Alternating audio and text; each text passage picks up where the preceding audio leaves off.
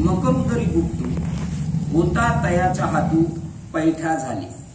तो मचिंद्र शक्तशृंगी भग्नावया चौरंगी भेटला की तो सर्वांगी संपूर्ण झाला। मग समाधी अविथ्यतया भोगावी वासना या ते मुद्रा श्री गोरक्षराया दिदली मिनी तेने योगाब्जिनिज सरोवरू विषय विध्वंसक वीरू ते पदिका सर्वेश्वरू अभिषेकीला।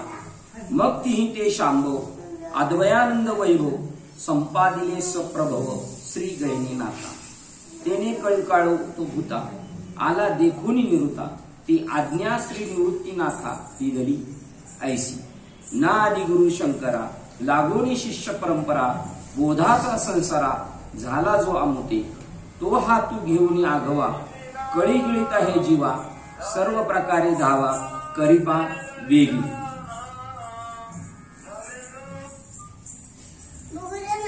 आधीच तव तो कृपाळू वरी गुरु आज्ञेचा बोलू झाला जैसा वर्षा काळू खवळणे मेघा। मग आरताची वर्षे गीता ग्रंथार्थम निसी वर्षाला शांत रसे तो हा ग्रंथ। सेवेसाठी निवडलेल्या ओळी अध्याय क्रमांक 18 आणि ओव्या क्रमांक 1750 पासून तो 1760 पर्यंतच्या ओळी प्रवचनाला सेवेसाठी घेतलेल्या आहेत। तुमचं आपलं परम भाग्य या ज्ञानेश्वरीत लिहिलेल्या ओव्यांच्या प्रमाणे प्रत्यक्ष अनुभूती आपली आहे। संप्रदाय सांगतो तुका म्हणे येथे अनुभवाची प्रमाण आणि शब्दाचे गौरव कामा नाही। संप्रदाय काय सांगतो आपला वारकरी संप्रदाय अनुभूतीला परमार्थामध्ये 100% किंमत आहे, शब्दाचे गौरव कामा नाही। तुम्ही किती विद्वत्त आहे, तुम्ही किती दिवस या ग्रंथांवर बोलू शकता, एखादा मनुष्य एका वेळेवर 6 महिने बोलू शकतो तरी ती विद्वत्ता त्याची कामाची नाही। काही तर सहस्रामुखाचा वर्णिता भाकला किंवा ज्ञानेश्वर महाराज सांगतात की 1000 मुखांनी बोलणारा शेष माझ्या अंथरुणाखाली झोपलेला आहे, लपून बसलेला आहे। भगवान विष्णू कशावर झोपलेले? शेषावर। तो अंथरुणाखाली माझ्या लपून बसलेला आहे। म्हणून इथे विद्वत्ता चालत नाही, शब्दज्ञान इथं चालत नाही। त्याच्यानंतर तुमचा किती मोठेपणा असला तर तो लौकिकातला मोठेपणा इथं चालत नाही। तुका म्हणे येथे भजनच प्रमाण काय थोरपण जाळावे ते एवढं टाकून बोलायची पाळी आली। तुमचा मोठेपणा काय पेटवायचंय का? तो जर आमच्या कामाला नाही, तळागाळातल्या लोकांसाठी मोदी सरकार जर वर बसले तर ते तळागाळातल्या लोकांच्या कामाला आले तर ते सरकार आपल्या मालकीचं किंवा आपल्यासाठी म्हणायचे। तसं तुमचा मोठेपणा सामान्यातल्या सामान्य माणसाच्या कामाला आलं पाहिजे। आज आपण म्हणतोय ज्ञानेश्वर महाराजांचं प्रतिभा, त्यांचं वैभव, त्यांचं पाहिलेली विद्वत्ता पाहिली, त्यांची अनुभूती पाहिली, तेव्हा आज म्हणतोय अवतार पांडुरंग किंवा त्यावेळेला म्हटले। पण ज्या वेळेला त्रास देत होते त्यावेळेला त्यांना काय म्हटलेले होते? संन्यासाची कार्टी म्हणून समाजाने अव्हेर केलेला आहे। आणि ती कार्टी समाजाने अव्हेर केलेली कार्टी त्याच काळात माऊली या पदावर आरूढ झाली।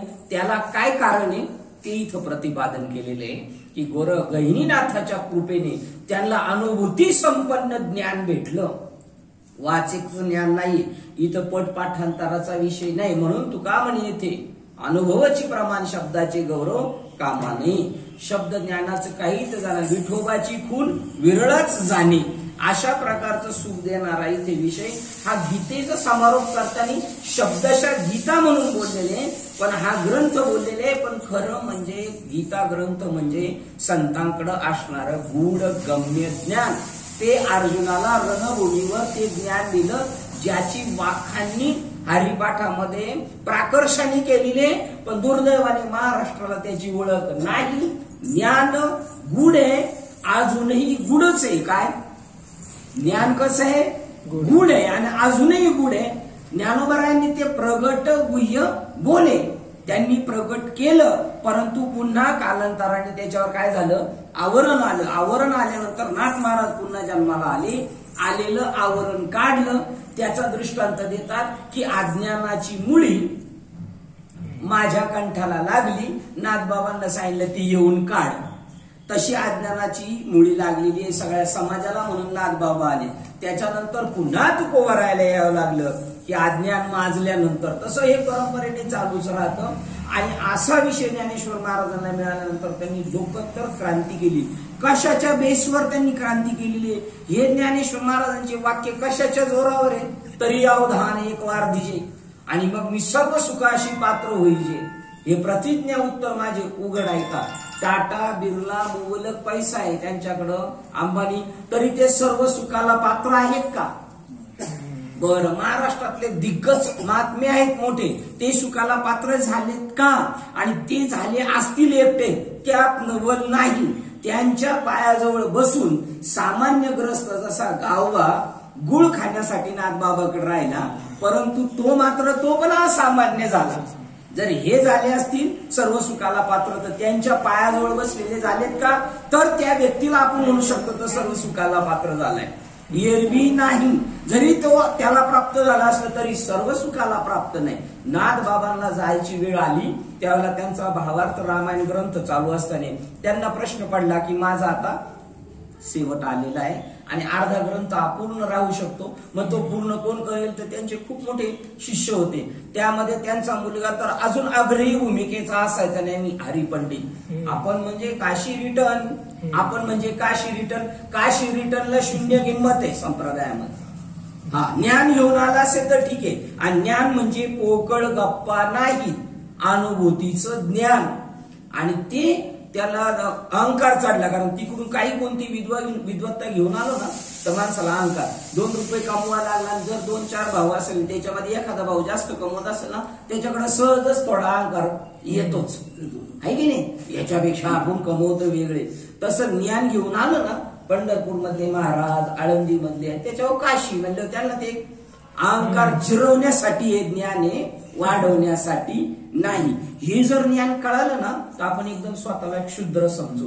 तुकाराम महाराज म्हणतात, मला तसं समजल्याशिवाय व्यापकत्वाकडे जाता येणार नाही. लाट आपटून आपटून जेव्हा तिचे छोटे छोटे बुंद होतात ना, तेव्हा ते समुद्राशी एकरूप होतात आणि मग मात्र व्यापक होतात. छोटेपणा हाच मोठेपणाला कारण आहे, म्हणून लहानपण देगा देवा आणि मुंगी साखरेचा रावा. लहानपणा कारण विद्या विनयन शोभते. ज्ञान झाल्यानंतर तो माणूस लवला जातो, नॉर्मल होतो. जसे भगवान श्रीकृष्ण सगळ्या देवांमधले प्रमुख असून गावातल्या लोकांना कळून नाही दिले हे देव आहेत म्हणून, आई वडिलांना कळून नाही दिले हे देव म्हणून, इतरांना तर जाऊ द्या, पण ब्रह्मदेव आणि यांना सुद्धा समजून नाही दिला हा देव आहे. ब्रह्मदेव म्हणजे बघतो देव आहे काय, लोक म्हणतात हा देव, पण कसला देव? जातो याची वासर आणि गाया जनावर घेऊन. तो संशय ते, कारण यांनी शो केलेला नाही. ज्याच्याकडे जास्त पैसा आहे त्याला शो करायची गरज नाही, पण त्याने 2 एकर होती ती विकली, तो बुलेट घेऊन फिरल, हातामध्ये ब्रेसलेट घालेल, मासा दाखवा दाखवेल.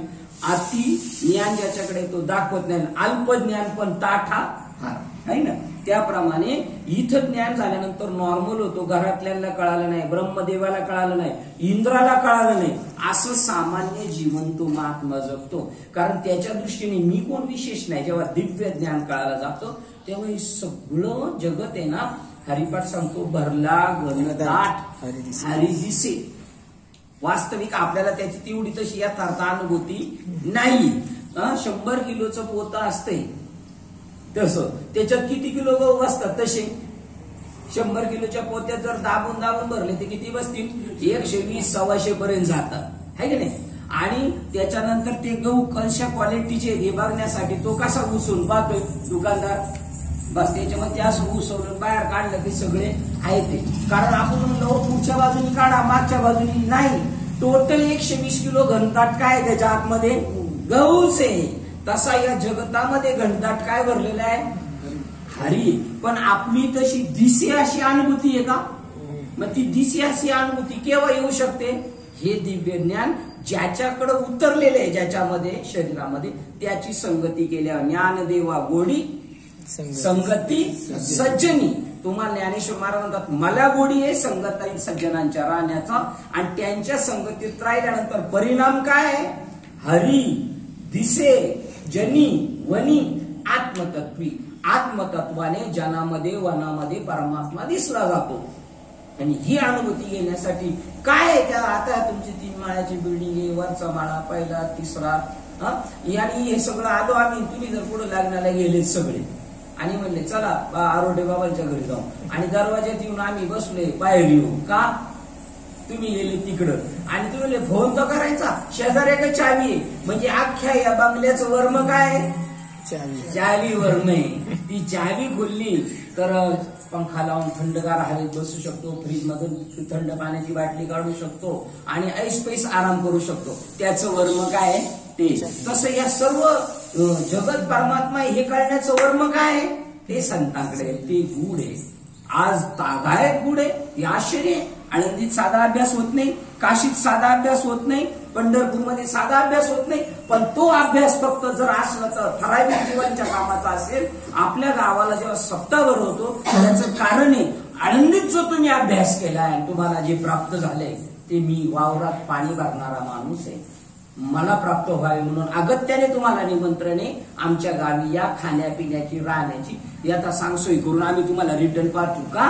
तुम्ही जो अनुभव घेतलेला आहे तो अनुभव आम्हाला पाहिजे आणि त्याच्यासाठी तिकडे, परंतु ते गूढ आहे, आपल्या गावापर्यंत पोहोचलेलं नाही. म्हणजे दिल्लीच्या मंत्रालयातून स्कीम पास झालेली तळागाळातल्या लोकांपर्यंत पोहोचली पाहिजे, परंतु मधले चाटू चमचे त्यांनी ती साफ केली, खालपर्यंत पोहोचली नाही.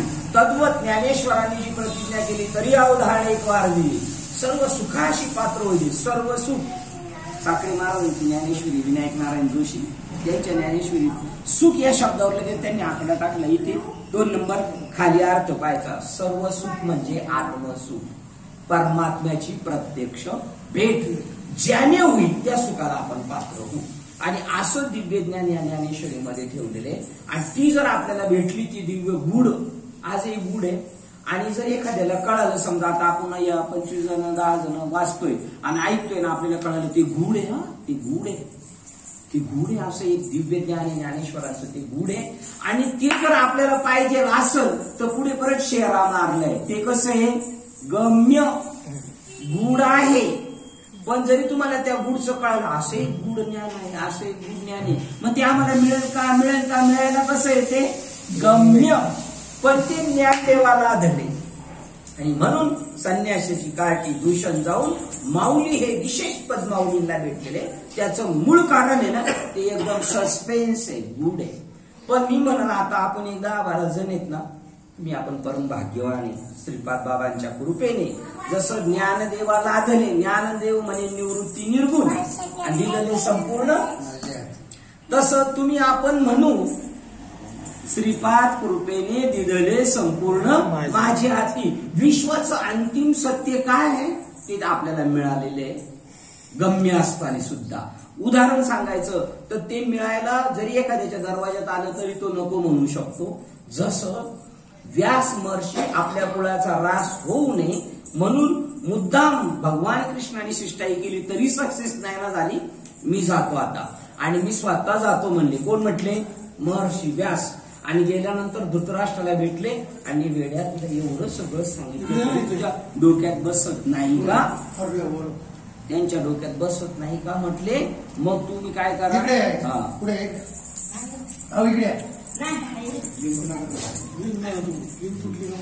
हा काही टेप नाही, कॅशेट म्हणजे पाहुणे आले तर वाजतच राहील.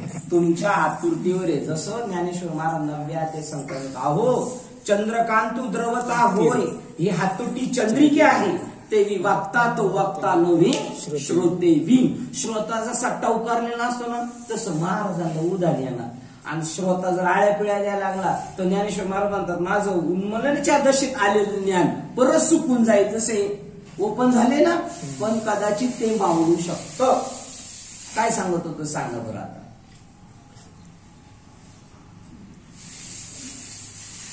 आपल्याला नाही समजलं असं पण नाही. आपण एका विशिष्ट उंचीवर गेल्यामुळं आता खाली काय पुढे चपल्या ठेवल्या सांगावं कसं सांगता येईल. कारण आता एका विशिष्ट उंचीवर आलेलो आहे आपण. आता ज्ञानेश्वर महाराजांच्या भाषेत आपण एका विशिष्ट उंचीवर आलेलो आहे. आपण आलो होतो धृतराष्ट्राकडं. व्यास महर्षी गेले. भगवान कृष्णाने सांगितलेलं कळानी म्हणजे किती जीव आंधळ आहे. कदाचित आपल्या गावामध्ये त्या सप्ताहामध्ये महात्मा येऊन गेलेला असेल, पण आपली दृष्टी किती अंध आहे. ती चर्मदृष्टीने आंधळी आहे तो धृतराष्ट्र. परंतु संजय का म्हणतो मला वाटत होता हा चर्मदृष्टीने आंधळ आहे, पण आता हा अंतर्दृष्टीने सुद्धा आंधळ आहे. मी काय सांगतोय त्याला तरी तो काय म्हणतोय, हे तुला कोणी विचारलं रे, तू कशाला हे सांगतोय, मी तुला विचारलंय. माझी पोरं भावाची पोरं बांधणं करायला गेल्या, तिथं काय झालं ते सांगायचं सोडून तू म्हणतो अर्जुनाला ज्ञान सांगतोय, अर्जुन लय भाग्यवान, हे तुला विचारलं कोणी.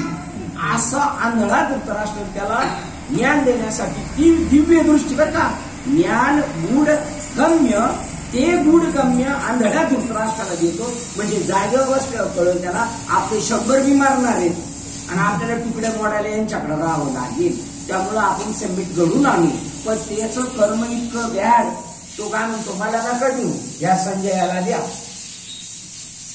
हे काय द्यायला आले होते, ब्रह्मरसाचं पारणं द्यायला आले होते. 7व्या अध्यायाची पहिली ओळ काय, सहज ब्रह्मरसाचे पारणे अर्जुनाला केले नारायणी, ते प्रसंगी औचित्य पातलो प्रभू आपण सगळे.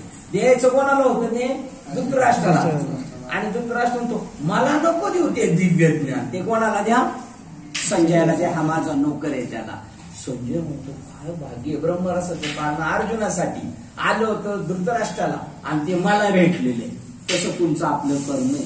कोरोना तुम्हाला बाबांची पालखी इकडे आली, तुमच्यासाठी कोरोना भाग्यवान ठरला का कसं ठरलं. हो, साधूचे पाऊल आपल्या घरी लागणं द्या सोडून. आणि कोरोना सांगतोय लय फिराफिरी आणि पैशाची गुरमी बंद करा आणि ठाईचं बैसुनी करा एक चित्त. ऐकत नाही म्हणून आता तुम्हाला ना लावतो तिकडूनच सांगतो, बाहेर पडले का आत टाकणार. हे तुम्हाला सांगतोय, तुम्ही कशाची संग करू नका. मी गावाला येत होतो आणि टोकोड्यामध्ये गाडी थांबली नाश्त्याला, म्हणून माझ्या घरच्या शेजारचा माणूस डबा खोलला. मग मी रिकामं शीट होतो ती जाऊन बसलो. तेवढ्या त्या शिटावरच्या 2 बाया आल्या, कुठं बसले तुम्ही, कशा काय बसले आमच्या शिटावर. कारण बसायचं नाही ना कोणी कोणाच्या याच्यावर. म्हणजे संग करायचा नाही कशाचाही, हे आपल्याला कोरोनाने सांगितलं. आणि कोरोना ईश्वर आहे हे मी आजच्या याच्यातून सांगतोय. कोरोना देव आहे, देव. ज्या वेळेला तुमचा मुलगा गोडी गुलाबीने ऐकत नाही त्यावेळेला तुम्हाला एक स्ट्रिक्ट ऍक्शन घ्यावा लागते. आई कधी कधी एखाद्याला काही पोरांची पेन्सिल चालते, कंपास चालतोय वर्गातून, हाताला चटका देते का, भाजवायचं आणि याला जाळून मारायचे म्हणून का नाही, याला जाणीव अद्दल घडवायची. तसं आता ते तत्व झालेलं आहे. ते शंकर भगवंत आपण उठलेले आहेत आता कोरोनाचं रूप घेऊन आले. एकच तत्व ज्ञानेश्वरी सांगते आणि मी प्राकर्षाने सांगेल, ज्ञानेश्वरीचं पारायण करायचं थांबलं तर बरं होईल. अर्थ वाचलेला आपल्याला कळेल. कारण संत सांगतात प्रेमाविन भजन, त्या भजनात प्रेम नाही, एकमेकावर नुसतं हे सगळं चालले ते भजन नाही. प्रेमाविन भजन, नाकाविन मोती आणि अर्थाविन पोथी वाचून काय. जर याच्यातले अर्थ समजले नाही तर काय उपयोगाचा नाही. याच्यामध्ये सांगितलं एकच तत्व आहे, ते जन्माला घालतं तेव्हा ब्रह्मदेव होतं आणि तेच तत्व सांभाळायचं काम करतो तेव्हा ते तत्व कोण होतं, भगवान विष्णू होतात. आणि ज्या वेळेला त्याला वाटतं का याला आता थांबवायचं आहे, संपवायचं आहे, तेव्हा ते रुद्र अवतार भगवान शंकर होतात. आणि हे सगळं एकच तत्व आहे. आणि हे जाणणारे या जगामध्ये फार विरळे लोक. असा हरिपाठ गामागुम करणारा माणूस म्हणतो अद्वैत कुसरी विरळात जाणे. एकच तत्व नाना रूपाने रंगलेलं आहे, पण आहे मात्र एक. हे सांगितलं चांगदेवाला, एकच माती नाना परी भिंती, रांजण आणि सुगडे जगामध्ये ब्रह्म दिसे उघडे.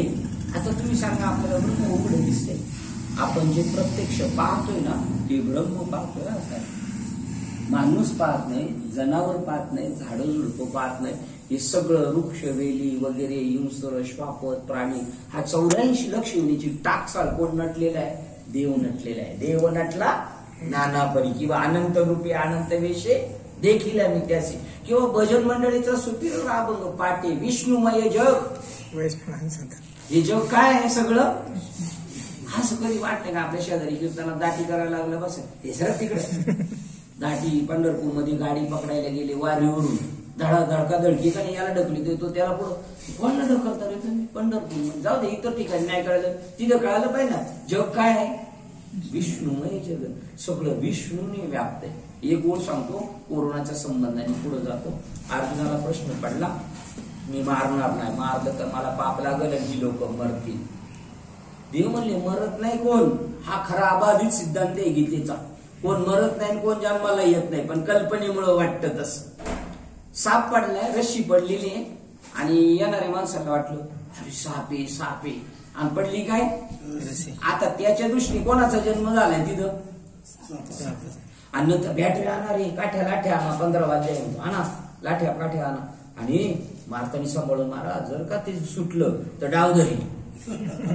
पडले कोण, कोणता आहे का माहिती, डोंबा आहे का गावाड आहे का काय काय कळाली. पहिली बॅटरी माराली, आणि बॅटरी मारल्यानंतर बरं काठ्या जोर जोराने मारायला लागलो, काय होतं ते उडायचं परत, त्याची अजून वळवळ करते, आणि हाय काय, आणि सगळं झालं. काय रशी म्हणजे आता त्याच्यावरचा साप मेला ना, पण साप जन्माला आला होता, मेला आणि जन्माला आलेली ही कल्पना आहे, ती घालवण्यासाठी खरा पारमार्थ करायचंय. कोण मरत नाही. तेव्हा अर्जुन म्हणतो मी मारणार नाही यांना, तेव्हा देव म्हणले कोण मरत नाही, आणि जर तू म्हणतो ना मरतोय तर तो मीच आहे, आणि मारणारा सुद्धा मीच आहे. ओळाशी अग्नी काष्ट खाय, म्हणजे चुलीमध्ये लाकडं टाकली तर ते जाळ काय करतोय, लाकडाला खाऊन टाकतोय. अग्नी काष्ट खाय, पण आता त्या चुलीतली लाकडं पेटली, आता त्याला लाकडं संज्ञा आहे का अग्नी संज्ञा प्राप्त झाली. हा, आता ती लाकडं कोण झाली, अग्नी. अग्नी काष्ट खाय, ते काष्टची अग्नी होय. तेवी मरते मारते पाहे स्वरूप माझे, ज्ञानेश्वर महाराज म्हणतात 90 अध्यायातली वय, मरते मारते पाहे स्वरूप माझे. आता समजा कोरोनाने एखादी व्यक्ती गेलेली तर मरते मारते, मारते कोण आहे सध्या, कोरोना, आणि मरते मनुष्य. कोरोना सुद्धा कोण आहे, मीच आहे, आणि जे मरतोय तो सुद्धा कोण आहे, मीच आहे. दुसरं काहीच नाही जगामध्ये, जगात देव सोडून दुसरा कोण नाही. आणि हे कशाने कळेल, त्या ज्ञानाच्या बद्दल आपल्याला आता चर्चा करायची. गुढे गम्य ते ज्ञान देवाला आदरी. तुमचं आपलं परम भाग्य, एक संत महात्मा उदयाला आले आपल्यासाठी, श्रीपाद बाबा नावाचे, आणि त्यांनी जसं ज्ञानेश्वरांनी 12व्या अध्यायात म्हणतात, मराठीचे नगरी ब्रह्मविद्येचा सुकाळू करी, आणि घेणे देणेवरी सुखच होऊ दे, जगाला जगाला सुख होऊ दे. कशाने, ब्रह्मज्ञान. गरीबातल्या गरीब भिकाऱ्या माणसाला जर भेटलं ते ब्रह्मज्ञान, तो इतका सुखी होईल ना, तो इंद्रदेवाला तुच्छ समजे. असं काल्यात आपण प्रमाण म्हणत असतो, काल्याच्या वेळेला वाकुलिया उत्तम लोका, काय पुढे त्याचं, वाकुलिया उत्तम लोका दाखव, पण त्याचे एक वाक्य त्याच्यातलं मध्ये राहिले, वाकुलिया ब्रह्मदिका उत्तम लोका दाखव.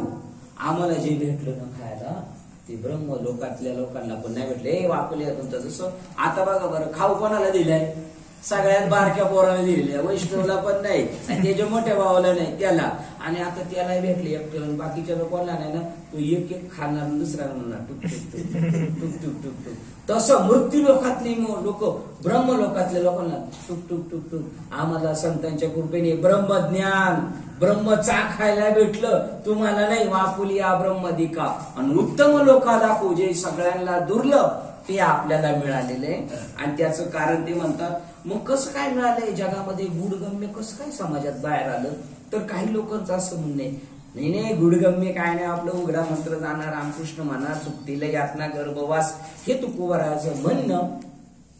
ज्याने बाह्य अंगाने परमार्थ केला, लोकांना देखावा दाखवते, त्याला सांगतात हे बाह्य नाटक करू नको, त्यापेक्षा उघडा मंत्र जाणं, रामकृष्ण म्हण. कोण, अंगी लावण्या राख डोळे झाकून करते पाप त्यांच्यासाठी. मंत्र तंत्र यंत्र काय करशी जडीबुटी, त्याने भूतसृष्टी पावशी, त्याच्यापेक्षा उघडा मंत्र जाणन, रामकृष्ण म्हण, चुकतीले यातना गर्भवास. पण इथं त्या गुढ गम्याबद्दल बोललं जातं. ते म्हणले कोणालाच का माहित नाही. आजही महाराष्ट्रामध्ये किंवा जगामध्ये जर तुम्ही शोधायला गेले तर ते दिव्य ज्ञान नाही.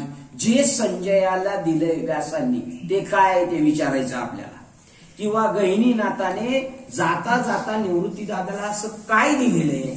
किंवा तुकाराम महाराज ओतूरला आले होते, जातानी मध्ये आळंदी लागली होती देऊवरून, आणि आळंदी क्रॉस करून आली, आणि तुकोबराच्या अगोदर 350 वर्ष ज्ञानेश्वरांचा जन्मकाळ झालेला आहे. उदयाला आले, आळंदीला यथार्थ मार्केट प्राप्त झालेले.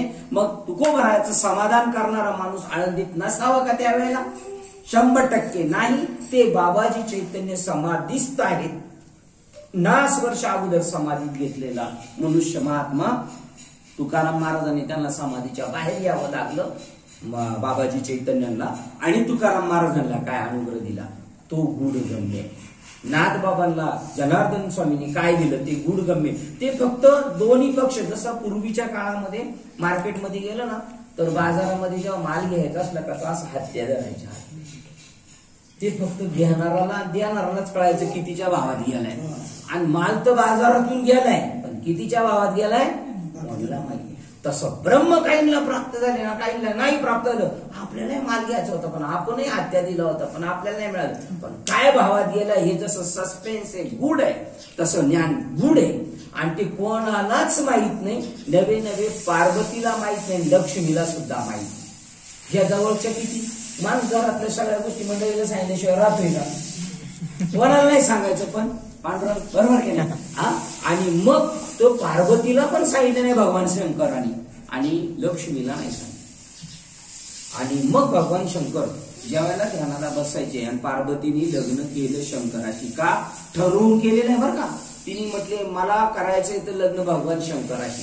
तर तिचे वडील मोठे राजे होते, त्यांनी सांगितलं की तिच्याकडे जो साधू होता त्यांनी सांगितलं तू ओमचा जप कर, ओमचा जप कर, मग तुझी योग्यता होईल आणि तू शंकराशी विवाह करशील. तिने योग्यता वाढवली, तिने साधना केली, शंकर भगवंताशी लग्न झालं आणि संसार थाटात चालू झाला.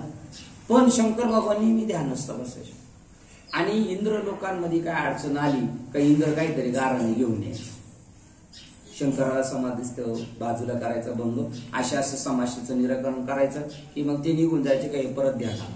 नारद मुनीला मृत्यू लोकांमध्ये काय अडचण आली का ते लगेच गाराने घेऊन यायचे, का परत यांचा समाधी भंग व्हायचा.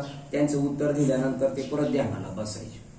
झालं या नारदाचं. ब्रह्मदेवाला काही कोणाला अडचण आली का भगवान शंकर, मग तिचा अजून भरोसा झाला, मी ज्याच्याशी लग्न केलं होतं सगळ्यांमध्ये मोठा आहे, देवो के देव महादेव.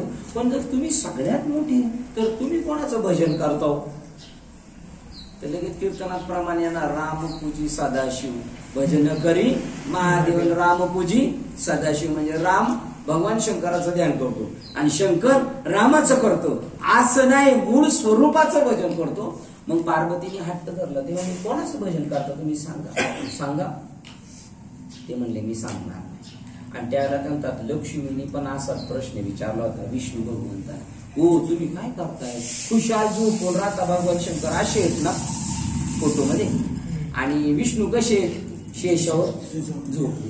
आता तुम्ही आपण जेव्हा कामावर जात होतो तेव्हा जर 8-10 दिवस कामावर नाही गेलो तर बायको म्हणणार काय खुशाल झोपून झाले, कामावर कशी जाणार तुम्ही, या जगाला सगळा दाना पाणी तुम्ही पुरवता खुशाल झोपता. त्यावेळेला लक्ष्मी पाहिजे एकताचे म्हणजे तुम्ही काय झोपून राहतात. हे बाई मी झोपून नाही राहिलो, मी नामस्मरण करतोय, अनुसंधानावर आहे. मी असं जो बसलोय तर नाभिस्थानाच्या खालून जी माझी वृत्ती उठते आणि अशी चालू आहे इथपर्यंत, आणि त्या अनुसंधानावर मी लक्ष आहे. आणि भगवान शंकर असे तर ते मला सांगा ना. लक्ष्मी म्हणते, तिलाही विष्णू भगवान सांगत नाही. आणि पार्वती म्हणते मला सांगा, तिलाही सांगत नाही. ते ज्ञान पैगा बरवे, असं बरोबर ज्ञान ते घ्या तुम्ही. आणि मग मात्र पार्वतीने हट्ट धरला आणि मग तिला ते इथून सुरुवात झाली. नवनाथ ग्रंथामध्ये पहिल्याच अध्यायामध्ये आहे आणि इथे 18वे अध्याय 1750च्या पुढच्या ओळी पार्वती मातेने हट्ट धरला. मग आपण कीर्तनात हेले ऐकलेले, बाल हट्ट, राज हट्ट आणि श्री हट्ट. तिने हट्ट धरला. मग यमुना नदीच्या किनाऱ्यावर पार्वती मातेला नेण्यात आलं. अनुग्रह देतानी, अनुग्रह द्यायची पद्धत गुप्त आहे. 4 चौघात आले, मांडवात घातली माळण, सांगितलं नाम, असा विधी नाहीये परमार्थातला. कोणती जरी परीक्षा संत सांगतात, शाळेमध्ये शिकवतात ओपन मध्ये, पण परीक्षा घेताना एक बाई एक, आपण जेव्हा लहान होतो तेव्हा एका बेंचवर बसायला लागायचं, एक 4थीचा विद्यार्थी, एक 5वीचा विद्यार्थी, नाही तर एकाच वर्गातले असेल तर एका माग एक म्हणजे शेजारी, आणि याला पळून नाही द्यायचं त्याला. परीक्षा घेताना तसं आहे. अजून एक उदाहरण श्रीपाद बाबा सांगतात, लग्न 4 चौघात होत असतं, सगळ्यांना आमंत्रण दिलं जातं, पण ज्याच्यासाठी लग्न केलं, जो वंशवेल वाढण्याचा कार्यक्रम आहे, तो मात्र गुप्त रूपाने होत असतो, तो 4 चौघात होत नाही. तद्वत परमार्थातला काही ठेवा जो आहे तो गुप्त पद्धतीने साधू दुसऱ्यापर्यंत पाठवत असतो. आणि असा ठेवा देण्यासाठी पार्वती मातेला शंकर भगवंताने नदीच्या किनाऱ्यावर नेलं, इकडे इकडे पाहिलं, कोण नाहीये, आणि मग पार्वती मातेला ते ज्ञान सांगितलं. पार्वती मातेला ते ज्ञान सांगितलं म्हणजे राम कृष्ण हरी सांगितलं, की ओम नमो भगवते वासुदेव सांगितलं, की ओम नमो शिवाय सांगितलं, की विठ्ठल विठ्ठल सांगितलं. यापैकी एकही सांगितलं नाही. जे विश्वाचं अंतिम सत्य आहे, ज्याच्यातून जगत निर्माण झालं आणि पुन्हा जग ज्याच्यात विराजमान होणार आहे, ते बीज मंत्र जो आहे तो पार्वती मातेला तिथे सांगितला नवनाथ ग्रंथामध्ये. ज्यावेळेला तो पार्वती मातेने ऐकला त्यावेळेला ते मूर्छापन्न स्थितीत झाली. कारण तो नाममंत्र असं सांगतो, तू देह नाहीस, तू आत्मा आहेस, तू चैतन्य आहेस, तू परमात्माच आहेस. आणि ते तत्व विकसित झाल्यानंतर ते कंट्रोल करत नाही शरीर, आणि ते शरीर असं निचेष्ट पडतं. सामान्य शॉक तुम्हाला आपल्याला लागतो, पण वायरमनला लागत नाही. आपण लगेच झटका. किंवा नवीन दारू प्यायला लागलेला माणूस खाली पडू शकतो जमिनीवर, पण रोज प्यानारा पडत नाही. उलट घरच्यांनी वास जरी घेतला तोंडाचा तरी येणार नाही, कारण गोवा जर्दा खाऊ देणार, त्यामुळे कळणार नाही. तसं ज्ञानेश्वर महाराज ते पार्वती मातेला झालं, ते मूर्छापन्न स्थितीत पडले. त्याला तुकाराम महाराज म्हणतात, गुरुची कृपा झाली का भक्तावर, तो प्रेत रूप झाला शरीराचा भाव, आणि लक्ष येला ठाव स्मशानीचा. स्मशानात जसं उचलून नेलं जातं, त्याला तिरडीवर ठेवलं जातं, तिरडीवरून त्या सरणावर ठेवलं जातं, त्याचा हात सुटला तर असा झटकणी पडतो. तशी स्थिती ध्यान करत असताना मनुष्य त्याच्याचे एकरूप झाला का निचेष्ट पडतो, तो मेल्यासारखा पडतो.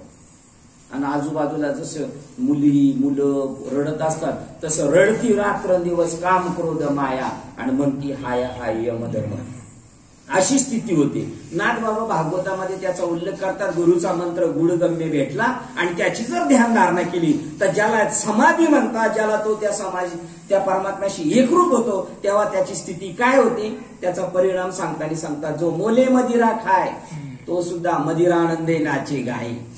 वरातीला लोक नाचतात, कशी नाचतात, कशी नाचतात, अशी नाचतात का? हा, तसं नाचणार एखादं असं करून गेलं ना, त्याला फरफटीत न्यायला लागतं. आणि ज्याने हात धरला ते नाचायला लागलं, सोडलं का ते लगेच मागे येऊन उभं राहतं, परत त्या माणसातून बाजूला येतं. पण ते जर त्याला पाजली तर ते पडलं तरी उठत नाचत, पडत उठत नाचत. कशामुळं? त्याची मग दीड दमडीची दारू केली तरी ते गरबाड्या लोळतं पडतं. तर ज्याने ब्रह्मरस सेवन केला तो आवरेल का? त्या ब्रह्मरसाची कौरवांना खबर नाही. ज्ञानेश्वर महाराज या अवस्थांची काही कौरवात बरीच नाही, त्यांना खबर नाही ती, कारण आंधळे आहेत त्याच्याबद्दल, या दिव्य ज्ञानाबद्दल. जग आंधळे, पण तुम्हाला आपल्याला डोळस केलंय, हे तुमचं आपलं परम भाग्य आहे. काय शिदोरी असेल आपली सांगता नाहीत. होती म्हणून भेटली तुका म्हणे होता ठेवा. आमचं बँकेत पैसे आहेत, त्या बँकेत जाऊन उन्हाळ्यात बसू शकतो एअर कंडिशन मध्ये. आणि ज्याचा अकाउंट नाही, पैसे नाही, त्याला विचार वॉचमॅननी काय नाही हवा खायला बसलोय, निघ बाहेर म्हणतील. तुका म्हणे होता ठेवा, तो या भावे सापडला. मग त्याच्यानंतर त्यांचा जो मोले मदिरा खाय तो मदिरानंदे नाचे गाय. जेणे ब्रह्मरस सेविला तो केविरा हे आवरीला. त्याला आवरत नाही, ते धडखणी खाली पडतो. या लागी लोक बाह्यता, या लागी बाह्यता लोक मानितीता आपली साच्छता. आणि हा बोध सहसा पंडितांना न कळे. जे जास्त अभ्यास केलेले त्यांना हे कळत नाही, यांना काय झालंय नामस्मरण, ते हे काय झालं. आणि अशी स्थिती पार्वती मातेची झाली. आणि ते निचेष्ट पडल्यानंतर भगवान शंकर म्हणतात, तुला सांगितलं समजलं ना? तर तिकडून आवाज आला आणि ही निचेष्ट पडली. आणि नदीच्या आतमध्ये माशाच्या पोटात भगवान विष्णूचा अवतार मच्छिंद्रनाथ तिथं होते.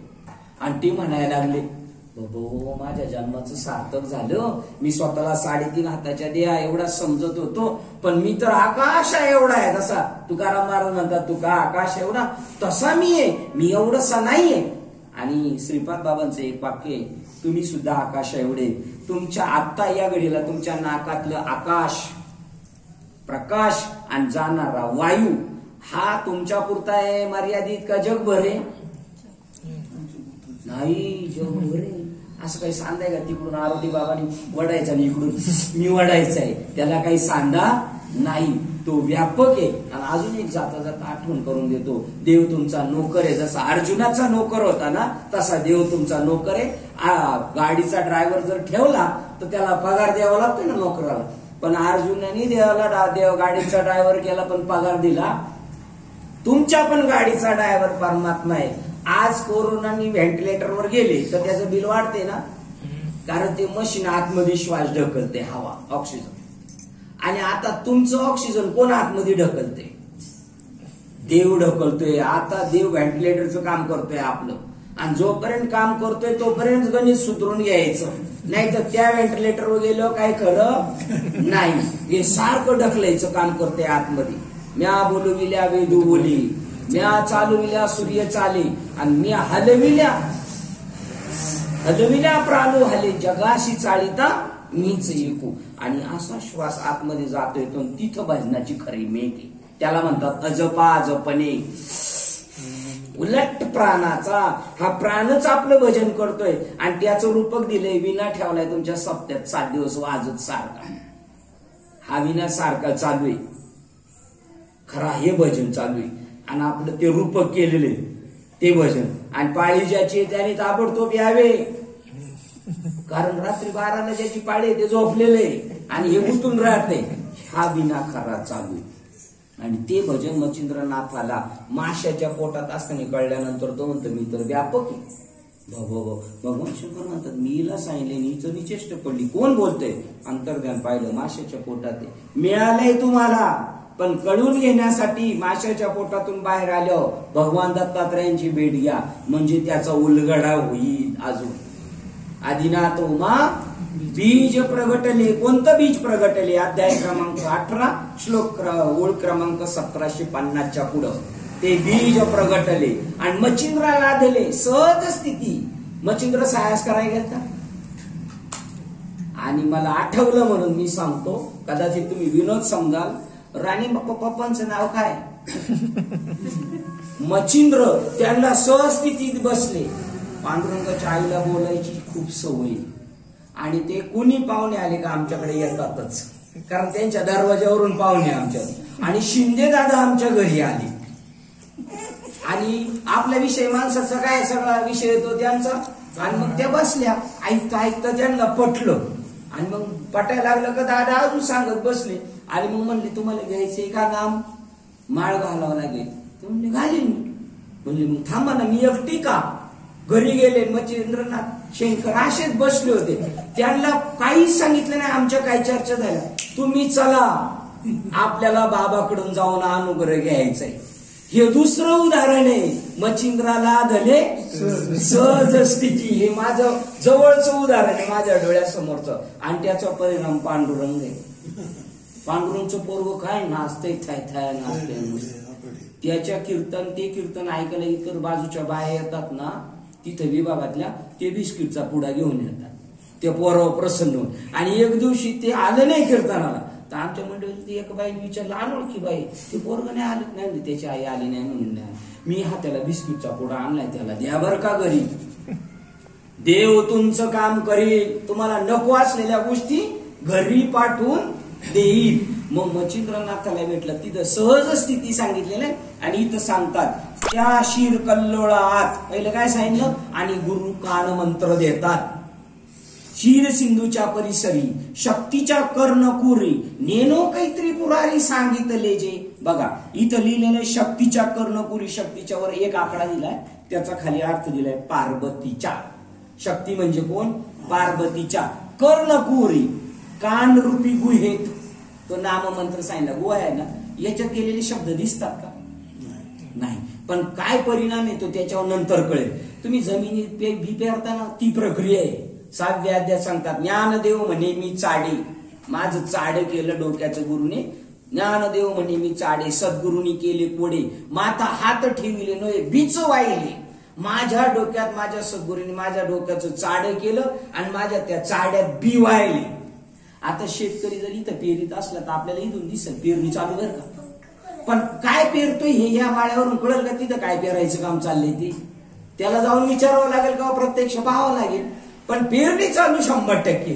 कारण ते पोत्यात झाकून ये, त्याच्या पिशवीत झाकून ये, पिशवीतून काढलं तर ते झाकून मुठीत येते, त्यांना चाड्यात पडलं तर नळ्यातून झाकून ये आणि नळ्या अशा जमिनीत घुसून येत आणि त्याच्यावर परत फळी आहे जागेवर. ही एका वेळेला प्रक्रिया आहे गुप्त.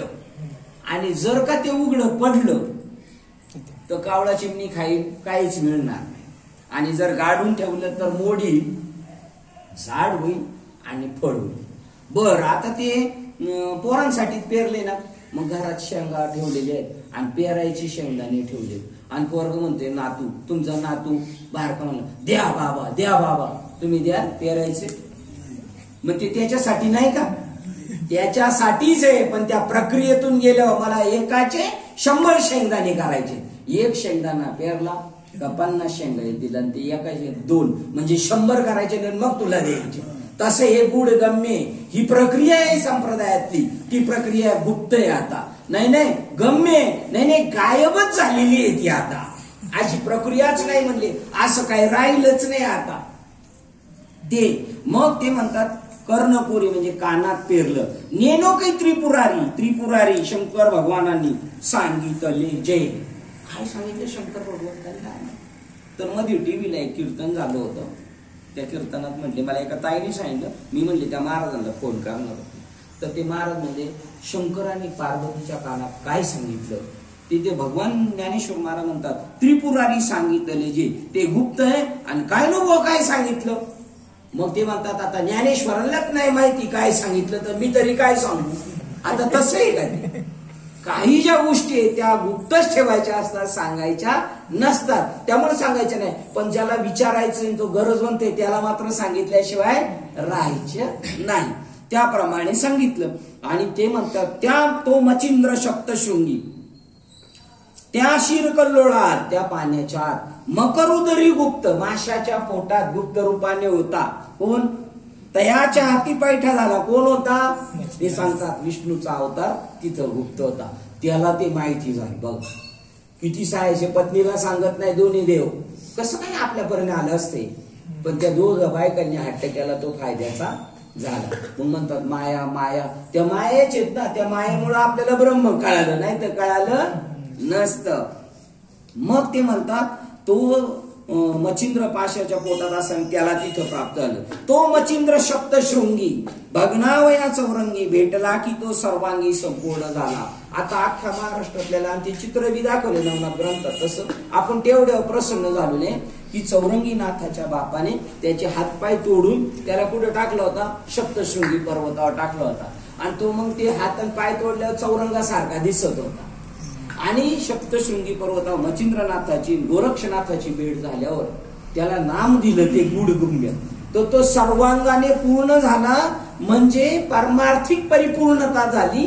पण तो विषय जसाच्या तसंच सेफ मध्ये बाजूला राहिला आणि फक्त त्याला हातपाय फुटले म्हणून प्रसिद्धीला आलाय तो विषय. तिथं कसा पूर्ण झाला? तो परमार्थाच्या सर्व अंगाने पूर्ण झाला. आणि हे म्हणले त्याचे हातपाय तुटलेले होते ते त्याला पूर्ण झाले. म्हणजे बाह्य अंगाने प्रसिद्धी जास्त आहे, अंतरंग परत गुढ आणि गम्यच राहिला, है की नाही?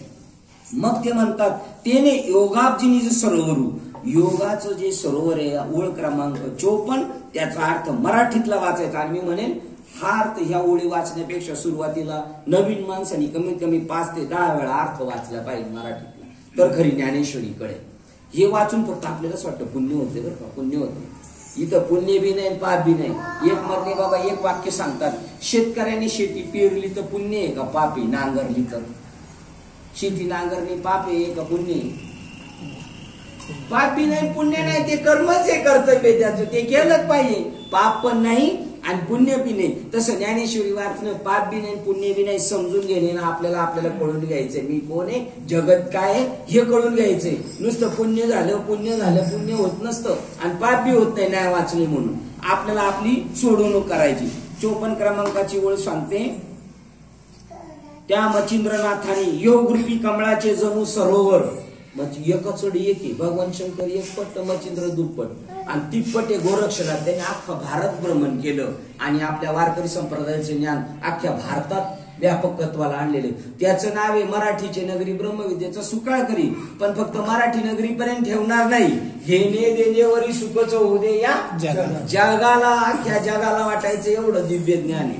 ते म्हणतात त्यांनी चौरंगी नाथांना पूर्ण केल्यानंतर म्हणतात मग अखंड समाधी शिष्याला अनुभवता यावी या इच्छेने समाधी मुद्रा मच्छिंद्रनाथांनी गोरक्षला दिली. त्या गोरक्षनाथांनी योगरूपी कमळाचे जणू सरोवर आणि विषयाचा नाश करण्यात प्रसिद्ध अशा गोरक्षनाथाचा समाधी पदावर सर्वाधिकारी राजा म्हणून अभिषेक केला आणि त्या पदावर नेऊन त्याला बसवलं. गोरक्षनाथाला विषय विध्वंसक विरू सगळ्या विषयाला मारणार ज्ञान त्याच्याकडे दिलेलं. आणि दुसरं गोष्ट कशाला दिलेलं आहे की योगाब्जीचं सरोवर म्हणजे आत्मज्ञानाचं जे सरोवर आहे त्या सरोवर त्याला प्रस्थापित केला गोरक्षनाथाने. मग अष्टांग योग संपन्न गोरक्षनाथांनी ते शंकरापासून परंपरेने प्राप्त झालेले अद्वैत आनंदाच्या ऐश्वर्य सिद्धीचा प्रभावासह श्री गैनीनाथांना प्राप्त करून दिले. मग मच्छिंद्रनाथांनी गोरक्षनाथाला दिलं, गोरक्षनाथांनी गैनीनाथाला दिलं आणि गैनीनाथांचा टाइम संपला. आता जायचं त्यांना वैकुंठ धामाला, निजधामाला जायचं, देव ठेवायचं. तेव्हा हे कोणाला द्यायचं तर हे 4-5 माणसं तिथे गेली होती. 4 भावंड आई वडील, निवृत्ती दादा, ज्ञानेश्वर, सोपान मुक्ताबाई हे भावंड आणि त्र्यंबकेश्वरला ब्रह्मगिरीची प्रदक्षिणा मारायला विठ्ठलपंत रुक्मिणी. त्यांच्यातून बरोबर निवडलं बाजूला निवृत्ती दादा. एवढ्या जगातून तुम्हाला निवडले बरं का ताई, देवाने तुम्हाला निवडले एवढ्या जगातून, त्या नामासाठी आपल्याला निवडलं. म्हणजे तुम्हाला आपल्याला एवढ्या जगातून बघा. आणि बरोबर त्या 6 जणांमधून बाजूला काढलं आणि गैनीनाथांच्या गुहेमध्ये घेऊन गेलं. आणि गैनीनाथांची निवृत्ती दादाची नजर झाली. साधूच्या नजरेनं जर कोणी मिळू शकत नाही, लपकली जाईल आपली नजर. पण ज्याची नजर साधूच्या नजरेला नजर मिळेल, साधू म्हणाल हा ब्रह्मज्ञानाचा अधिकारी, याला दिलं होते ठसलं जाईल त्याला. हा आणि मग विरक्तीचे पात्र अन्वयाची मुक्ती येऊन समप्य अनन्यता, अनन्य व्हावं लागतं. तुमच्या नातीचं नाव लय छान ठेवले रे, अनन्य. जो मज होय अनन्य शरण तयाचेच मी चुकवी जन्म मरण, या लागी शरणागता शरण. अनन्य झालो पाहिजे जीव. जेव्हा अनन्य होता ना तेव्हा देव देतो. द्रौपदी अनन्य झाली, देव वस्त्र झाला डायरेक्ट. तसं अनन्य झालं का देव त्याला ते पुरवतो. आणि मग निवृत्तीनाथ तिथे गेले, अनन्य शरण झाले. ते विरक्त पात्र होतं, त्यांच्याकडे आपल्यासारखं एवढं गबाळ नव्हतं. हे पोरग विरक्त आहे सध्या, याला तुम्ही जसं घडवाल ना तसं घडल. हा स्वामी विवेकानंद घडू शकतो, होऊ शकतो. हे ज्ञानेश्वर सुद्धा होऊ शकतात.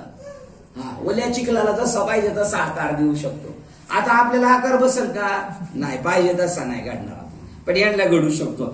तसं त्यांनी मग त्यांना काय केलं, निवृत्ती दादा विरक्त असल्यामुळं अन्वय आले, शरण आले, समप्य आले. कासव आणि कासवाची पिल्ल शरण आली ना का पोट भरते. दूध नाही पिते, अंगावर दूध नाही कासवाच्या पिल्लांना, पण ते फक्त दृष्ट झाली का तृप्त होतात आणि मागं जातात. तसे साधूच्या नजरेला नजर आपण मिळून त्यांच्या समोर बुद्धी नजरेसमोर गेलो का आपल्याला तृप्ती होईल. तशा पद्धतीने निवृत्ती दादांना गैनीनाथांनी ज्ञान दिलं. आणि ते ज्ञान दिल्यावर सांगितलं, हे बघ कळी काळ हा जीवांना खातोय आणि या कलीमध्ये जीवाला ग्रासत राहायचा काळ, आणि या काळाच्या तडाख्यातून या जीवांना सोडवायचे म्हणून तुला मी हे दिव्य ज्ञान दिले. तू हे समाजाला वाट आणि समाजाला याच्यापासून सोडव. ते म्हणतात पा मग तीही ते शांभव, शंकरापासून आलेलं ज्ञान आपल्यापर्यंत आलं पाहिजे. आणि पहिले देव कोण होते माहिती का, उपनिषद जर वाचली ना तर त्याच्यामध्ये नमन करताना राम नाहीत, कृष्ण नाहीत, कारण त्या अलीकडच्या देवता सांगितल्या. मूळ देवता कोण आहे, भगवान शंकर आहे, ब्रह्म आहे, विष्णू आहे, इंद्र आहे, वरुण आहे. त्याची तपश्चर्या पूर्वीचे लोक करायची. कोणाची, सूर्यदेवाची तपश्चर्या करायची, इंद्रदेवाची करायची, वरुणाची करायची, कुबेराची करायची, भगवान शंकराची करायची, महेश यांची, विष्णूंची करायची. पण रामकृष्णांचा पत्ता नव्हता. विचारसागर ग्रंथ त्याच्यात गेलं तर त्याच्यात नव्हता. आणि मग त्यांनी काय केलं, ती शंकरापासून चालत आलेली विद्या आपल्यापर्यंत आली पाहिजे.